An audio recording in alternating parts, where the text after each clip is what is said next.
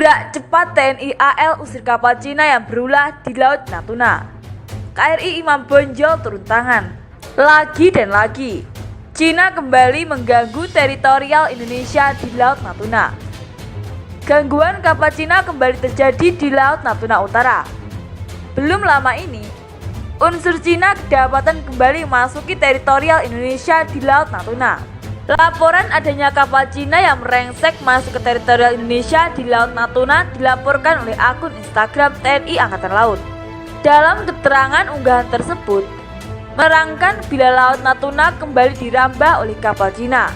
Kapal Cina yang merambah Laut Natuna itu ketahuan saat adanya patroli yang dilakukan KRI Imam Bonjol. Adanya gangguan kapal Cina di Laut Natuna langsung diusir oleh KRI Imam Bonjol. Patroli maritim KRI Imam Bonjol 383 usir 2 kapal Cina di Laut Natuna. Ini menunjukkan bahwa Cina sangat serius dalam klaim di Laut Natuna Utara. Ya, Cina sudah sejak lama mengincar Laut Natuna Utara.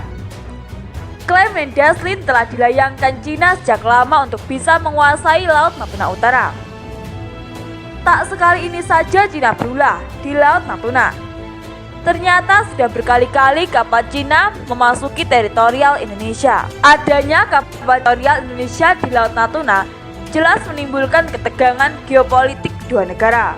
Ketegangan antara Indonesia dan Cina di Laut Natuna Utara juga disampaikan oleh Al Jazeera. Dalam laporannya, sekitar tahun 2019 silam, Indonesia dan Cina sempat terlibat ketegangan di Laut Natuna Utara. Peristiwa itu mengacu pada sengketa internasional atas salah satu wilayah yang paling disengketakan di dunia. Karena Indonesia dan Cina mengklaim menguasai wilayah di Laut Cina Selatan yang terletak di perbatasan pulau-pulau Natuna Indonesia. Karena Cina menganggap bahwa sekitar 90% dari laut yang memiliki luas 3,5 juta kilometer persegi lautnya sendiri. Mengutip catatan penggunaan sejarah untuk mendukung klaimnya, sementara Indonesia yang terletak di pinggiran selatan Laut Cina Selatan menganggap bahwa daerah dengan perkirakan 1,9 triliun kaki kubik cadangan gas alam adalah zona ekonomi eksklusifnya di bawah konvensi PBB hukum laut. Pada akhir 2019, dunia hampir menyaksikan konflik militer antara Indonesia dan Cina sebagai akibat dari praktik terakhir di kawasan ekonomi Pasifik yang oleh Indonesia disebut Laut Natuna Utara, sementara Beijing menganggapnya sebagai daerah penangkapan ikan tradisional Cina. Pada saat yang tepat, pasukan penjaga pantai Cina mulai merambah ke wilayah tersebut dan Jakarta tidak menemukan cara selain mengirim kapal perang dan pesawat tempur F-16 dan juga mengundang kapal penangkap ikan Indonesia untuk pindah ke daerah itu. Tetapi ketegangan mereda dengan cepat setelah Cina mundur dari daerah itu menembusnya. Pihak Cina kerap kali menampik bila kapal nelayan negaranya suka mencuri ikan di Laut Natuna Utara Indonesia. Kapal-kapal nelayan Cina tidak menunjukkan kelemahan, lagi pula kita memancing di perairan kita sendiri. Dan tidak ada namanya illegal fishing seperti yang dianjurkan oleh Indonesia. Ketika kapal penjaga pantai terbesar di Indonesia menekan kapal nelayan Cina, Cina segera mengirim kapal penjaga pantai tambahan 5.302 dan 2.169 kapal untuk bergabung dalam operasi perlindungan penangkapan ikan.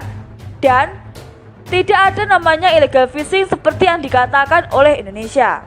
Ini semakin menegaskan bila Cina memang sudah saklek tak mau melepas klaimnya di Laut Natuna Utara. Cina menganggap bila Mendaslin merupakan Selat Cina di Laut Natuna Utara. Kehadiran Naidaslin Cina di Laut Natuna Utara jelas melanggar aturan hukum laut internasional, karena UNCLOS sudah dengan jelas membahas mengenai teritorial suatu negara di laut termasuk di Laut Natuna Utara. Oleh sebab itu, Indonesia meminta Cina untuk menghormati UNCLOS sebagai dasar hukum laut internasional dalam menyikapi polemik di Laut Natuna Utara. Tak hanya Indonesia yang mendapat gangguan dari Cina, tetapi Malaysia juga. Tahun lalu sekitar 4 bulan lamanya, perairan Malaysia kerap kali dirambahi oleh kapal Cina. Coast Guard hingga kapal survei milik Cina suka mondar-mandir di perairan Malaysia. Adanya eksplorasi migas yang dilakukan Malaysia di lokasi yang disengketakan juga mendapat gangguan. Menurut media Malaysia itu, gangguan Cina dengan sabotase ekonomi.